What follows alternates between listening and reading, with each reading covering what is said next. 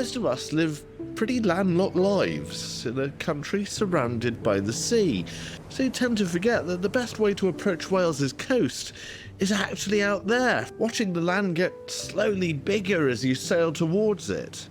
And we're here on Wales's largest island to see an icon of Anglesey design. We're here for this. 20 feet of sail and skill, a yacht called the Menai Straits 1. They made fewer than 20 of these nippy MS1s, dating from the late 30s to the early 50s. Born and built here at Gallows Point, which does have an awful lot of boats, but thankfully doesn't actually seem to have a gallows. There's a sort of gorgeous simplicity of design about these things, isn't there? They are specifically designed for the Menai Straits, and they fit in. You see a boat on the water, it seems to belong there, you know. When you think about it, the Menai Straits 1 was created at exactly the same time as the Hawker Hurricane or the Supermarine Spitfire. It just didn't have quite as inspiring a name, that's all. How old were you when you first went out on one of these? I was only a boy with the Sea Scouts. The Sea Scouts had Do I dare ask, what year was that? in the 51, 52, 53. David Gallishan's restored or rebuilt 4 of them. That's almost a quarter of the entire fleet. Is the joy in restoring it more than sailing it? Because To me, yes, exactly that. I get more pleasure out of finishing it off, having it sailing with my son and other people that want to sail them. That's the joy of it all. so far we've literally been sailing around the past, but all this isn't just about heritage. In the wake of the pandemic, that world of confinement, the Anglesey Heritage Sailing Project was born. A charity which offers people that experience of life on a small boat and a very big Menai Strait. People like Dave Johnson and his scout group. It's very good for the scouts and the cubs and the beavers, because we've got one scout who said he joined Sea Scouts, but he never wanted to go on the sea. Oh. But we managed to get him on one of these boats, and now we can't get him off them.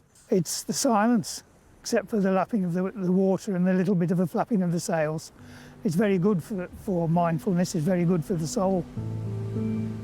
So, I was ready for a quick adventure, 1 hour before the mast. I've got a bit of a confession to make, because every time I go out on the water, I don't know if it's like a nervous tick thing or what, but I want to keep on quoting lines from Jaws, which is possibly why I never get invited on posh yachting weekends.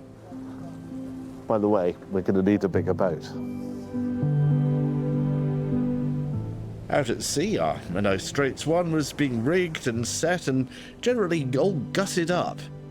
Along with Henry Chesterton, who's effectively the skipper of a project that's meant to give people the ultimate context of the big blue. The sea is always context, isn't it? I think that in terms of the well-being aspect, there's some pretty robust evidence of well-being near the water. There's 20% less depression in people who live near or on the water. You know, it is, as you say, it's tangible. And when the people have come out, whether they've been isolated or just come back out after COVID, they've enjoyed it. My brain is halfway on land and halfway on the sea. Right. But I kind of get the beauty of it. Actually, bizarrely, to really get them, you have to be on the water in them, in the sense. You do.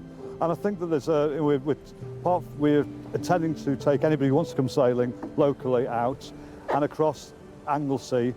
People who are referred through the social prescription process, the NHS initiative, we've had a few referrals, and starting to get referrals now from community mental health services. But that must be so lovely, doing measurable good. Well, yeah, I hope. I'm keeping out of trouble at the same time, I guess.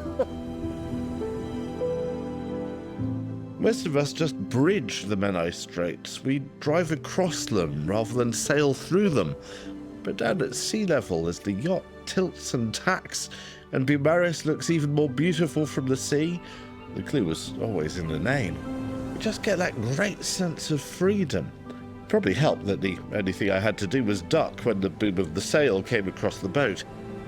Anyway, it all seems to work. The Menai Straits on their best behaviour like this are a very calming influence. Now I know why this fleet of little boats and this big space are so many people's happy place.